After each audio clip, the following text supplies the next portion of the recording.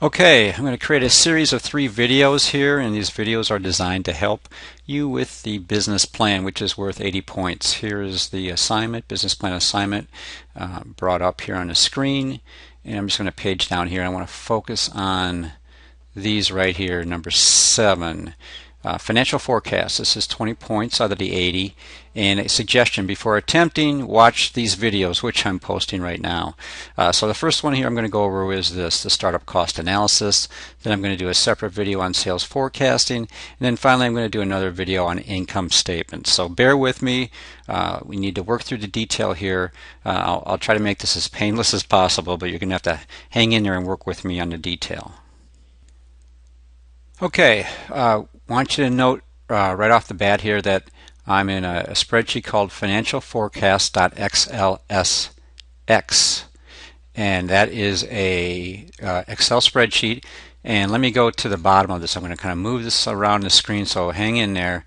But notice here on the bottom, this is one spreadsheet. Let's see if I can lost it for a second here. Notice that this is one spreadsheet.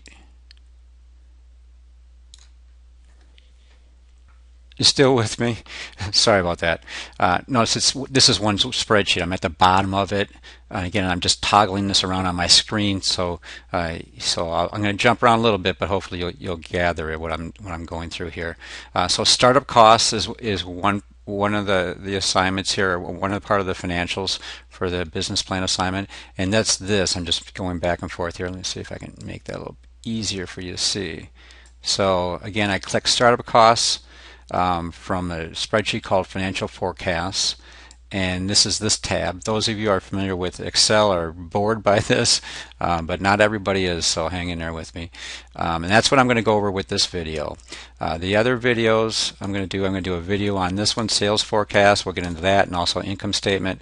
But right now I'm going to go over the startup costs component for the financial forecast section of the business plan. First thing I want to do is kind of give you a big picture of what's going on here. Let's go over the categories. First of all, there's the these are all expenses now.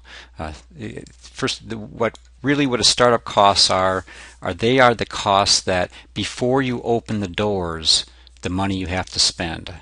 Before you start your business, the things that are required just to actually put your name out there and get going, but that's before you get a client or people walk in the door or whatever the case may be, before you actually start the operation of your business. So that's what startup costs are, and we're going to break these costs down into these categories. First of all, location. That's a category. Next is capital equipment list. Then there's administration expenses, and then there's opening inventory, then there's advertising and promotion expenses, and then other expenses, and then finally there's this thing called working capital, which is essentially money in the bank to help you get through this. So let's the first one I'm going to zero these things out here, and what you should notice is when I zero these out, this spreadsheet automatically calculates whatever you put in. It'll calculate at the bottom here. And I'm going to put 0 here and total. So now we're starting with a blank slate, so to speak. Again, those of you who aren't familiar with Excel. All right, here we go. First thing you want to do is just put the name of your company, and let's call this Karen's Fine Dining. All right, that's our business plan idea. Cool. All right, so startup expenses. Location, this can trip students up, but let's try to make sure it doesn't trip you up. Really, you got a choice here. You can either purchase a new building, or you can rent.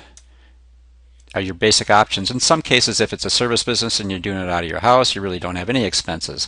But let's continue with this Karen's Fine Dining example. She's not going to do this in her house, hopefully.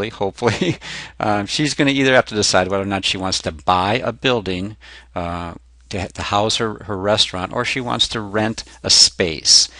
Most of the time I tell students, unless they're really serious about it and actually do plan on doing buying a building, to go with rent. because to figure out it's going to cost. First of all, it's going to be incredibly expensive. A restaurant building might be $500,000, maybe $1 million, maybe even more dollars to start something like this. So that's a lot of cash, right?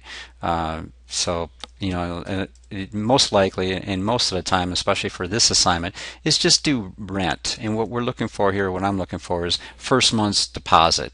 You're going to go into and sometimes it's more, but sometimes you can get by with just first month's rent. They want actually before you start your business. And you might even need 2 or 3 months rent just to get everything in place. That often happens, but just for purposes of this assignment, just do some research, figure out what would it cost to rent a space, or what would it cost for Karen to rent a space. And I don't know what that's going to be. Let's say that it's let's say I did a little research, which I did, and I came up with a monthly rental in the area that she wants to locate of $2,500.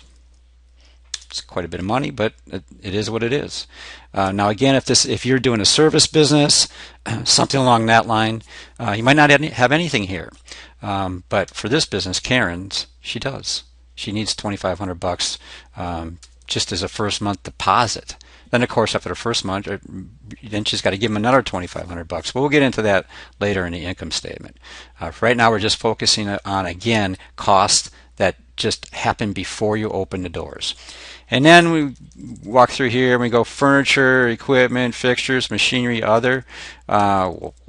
Restaurants are really expensive to open up, especially if you're just buying a shell. You're buying, like, renting a shell, and you got to put all that furniture in there, and all the equipment, the ovens, the stoves, the fixtures, the machineries, all that stuff. Think about it. Quite literally tens of thousands of dollars for that. Stoves in and of themselves are very expensive. So, do some research here and figure out what they could be. I didn't do this. I didn't do the research here. I did for rent, but I didn't here. But I'm just going to throw some numbers in here just to kind of walk you through the spreadsheet and give you a sense of what it would be. Maybe it's 10 grand for furniture. I bet it would be all of that. Equipment. I've known people who've opened up pizza shops and spent $50,000 on equipment, and that's not a very sophisticated type of restaurant, right? It's cheese and dough, and put it in an oven, and pepperoni, etc. So equipment, especially for restaurants, can really, really be expensive. So let's just say that equipment is going to be 100 grand. Probably something like that at least. Fixtures, all that kind of stuff. Make it look nice. For all the people are eating, make it look nice. All that stuff. Let's just throw 20 grand in there. And machinery, sort of like equipment, similar. We'll just leave that blank. We'll leave the other stuff blank. What I'm looking for, I mean, you could put a lot of things in. You could go really, really detailed, but I'm looking for big bucket items, so to speak. Like, we know if equipment's going to be expensive. We know fixtures are. We know furniture, all that kind of stuff. You want to put something in there, let's just say another 15 grand, just because. Legal and administration expenses. Legal and accounting fees. Everybody needs a lawyer. That's the reality of business today. And accounting fees, of course, we need that. So that's going to be some real money. Let's just put down 10 grand, something like that. Certainly that'd be maybe a little high, but probably maybe not. Prepaid insurance. Do some research here. How much does it cost to actually have insurance for a restaurant? And you need insurance for a restaurant. Someone chokes, etc. You need insurance. So let's just say we got to pay insurance up front. So that's why it's called prepaid. So you pay insurance for like 6 months, but you pay it up front. And I'm going to say that to insure a restaurant like this, do some research on this. You're probably looking at maybe 6 grand a year. So we'll say we're going to pay half of that. And it could be more than that. Honestly, I'm not sure, because I'm not doing the plan here. But Karen needs to do the research here.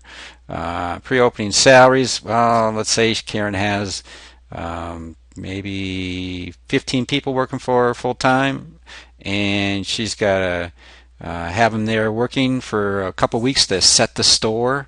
So that's maybe $6,000 easy. Maybe probably more. Yeah, it's probably more. Let's put 8. And we'll just leave that blank. And inventory, what are all the things she needs? Well, she needs food. It's fine dining, for goodness sakes. And she needs wine. You can't dine without wine if it's fine dining. And beer. And whatever, I don't know, whatever it is. You can put some more. Put usually, 3 or 4 categories will work. But how much food? Well, she's going to need that food there the moment it opens. That's why it's opening inventory. Let's say this is, she needs at least $6,000 there. And wine, well, she wants to be fine dining. She needs nice, good wine. And the thing with wine and beer and food is you got to buy all this stuff. You can't right away. So she's going to have, maybe she's going to have a wine cellar that already starts out at $15,000.